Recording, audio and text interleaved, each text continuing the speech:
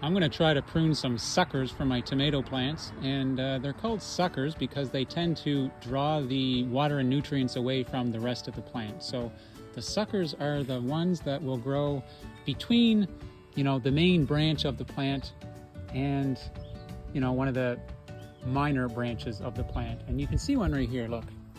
See that? See how that's starting to grow? It's just a little guy, but if I let it grow, it's going to get bigger and bigger and bigger. So you can just pluck that right off. There's nothing really wrong with suckers. You can let them grow. They will flower and eventually they will bear fruit if you let them. But the problem is that they make your plant get so big and so heavy that it can be hard to maintain. Also, when it rains, there's so much water on all your leaves. And if you've got a lot of suckers, then there's not a lot of airflow and air circulation, and the sun has a hard time getting at the leaves, which means that you're more prone to bacteria and that type of thing, fungus, that type of thing. So you can pull them, but sometimes you forget. So for example, see this here? Look at that leaf right there. That's a big guy.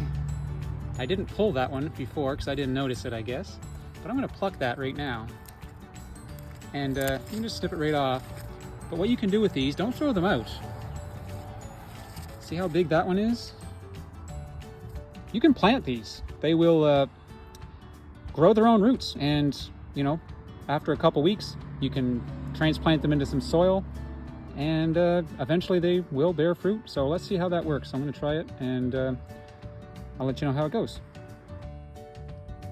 So here's a few suckers that I've pulled off of my tomato plants while I was pruning, just to give my plants a little bit more airflow, air circulation, to let them dry out better and hopefully grow better. But instead of just throwing out all of my suckers, I'm going to put them in water.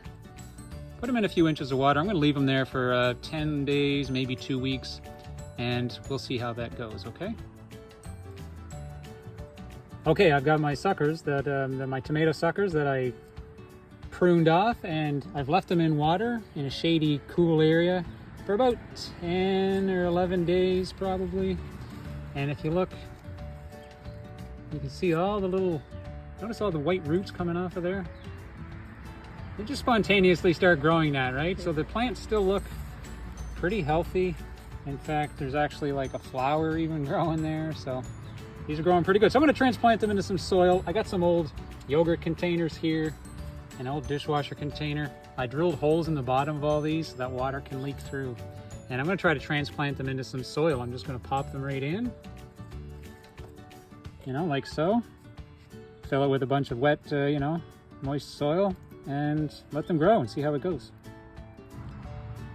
So these vines that I transplanted a couple of weeks ago into these little yogurt containers are now doing quite well, and they're starting to flower like crazy now. So I'm going to transplant them into a bigger bucket.